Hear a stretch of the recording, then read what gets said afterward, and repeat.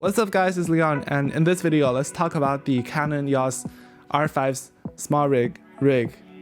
That's complicated. Anyways, this is one of the two rigs made by SmallRIg for the Canon R5/R6. If you want the exact number, it should be 2982. So if you want to look it up, just look up SmallRIg 2982 and you should be able to find this. So I got this cage when it just came out, which is around like 10 months ago, and I've been using it continuously for the past 10 months. This is not the perfect rig for me, but there are things I really like about it. So first I'll just show you what it looks like on all the sides so you guys can see all the mounting points on the rig. Alright, we're gonna do like a pros and cons list. Pro number one. The bottom screw for this rig that attaches itself onto the camera uses a flathead screw. It should be a 1/4-inch screw which goes on the bottom of the tripod. I'm personally not a big fan of flathead, but in a pinch you can use a coin to tighten it down, which is a pro for most people. Also, if you can't find a coin lying around, the rig actually has a flathead screwdriver built in at the bottom. And the best part is it attaches with magnets. And if you know me, you know I'm a big fan of magnets, so that's definitely a pro for me. This means that to attach and detach the camera from the rig, you don't need to bring a dedicated tool for it. My second favorite feature for this rig is the built-in NATO rail. So if you didn't know, NATO rail is like a rail system for rigging. Basically, we can clamp stuff onto it, like handles and magic arms and whatever. It's really great that this rig already has a NATO rail built in at the top, so if you want to attach a NATO rail top handle, you don't need to attach another rail to the camera. You can just clamp it directly onto the rig, which is awesome. I'm a big fan of top handles. I like to hold my camera on the top handle and on the bottom, so top handle is almost never leaving my camera for video work, and if you want a really simple rig just to attach the top handle to the camera, this rig is perfect for that. And going on the built-in accessory trend, this rig also has the arca Swiss bottom plate built onto the rig itself. So when you attach the rig onto the camera, you don't need to attach a separate plate to attach that to an arca Swiss compatible tripod. Personally for me, I don't use the Manfrotto style tripod plate for video work. I just use arca Swiss across the board for video and photo productions. But if you use Manfrotto style tripods, you won't be able to take advantage of this feature, but just attach the tripod plates onto the camera the conventional way. Another great thing about this rig is that when you attach it onto the camera with just one screw, it doesn't wobble around, which means that the camera, when it's attached onto the rig, is like really solid. You can't twist and turn it, and it just makes the camera a lot more stable when you're using it.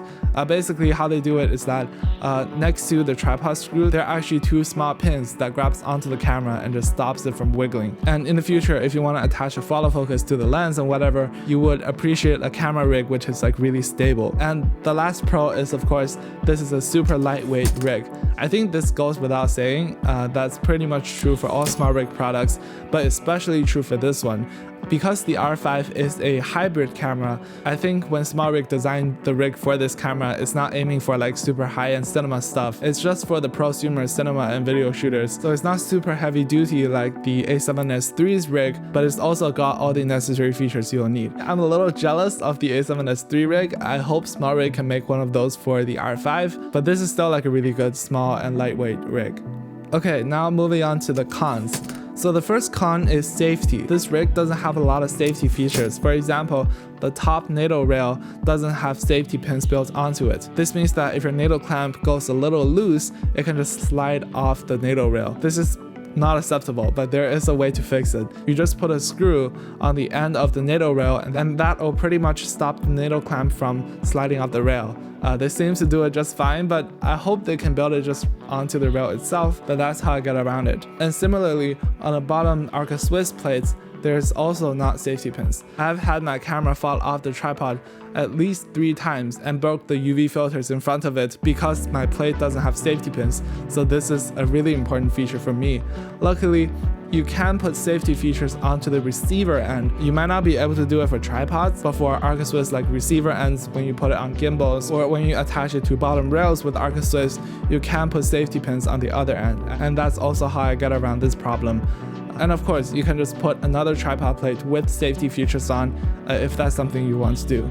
The next con is that this rig is basically a half rig. If you put anything too wide on the handle side, you'll block the memory card door from opening. And on the opposite side, you can put cable holders, but when you do that, your screen can't articulate, which is kind of annoying, but that's a problem for all cable holders, not just the SmallRIg cable holders. So This is annoying, but I don't see that there's any way they can get around it.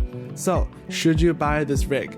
I think if you want a basic rig with a top handle, maybe a monitor, and maybe a base plate, this is the perfect rig for that. It doesn't add too much bulk and weight to the camera. It's just a rig that doesn't get into the way. You know, you can hold the camera handle perfectly well, and none of the doors are blocked in any way. But if you want a rig to like fully rig this out to a cinema camera, you know, with follow focus, maybe a video transmitter, but it'll struggle to hold that much stuff for a little bit.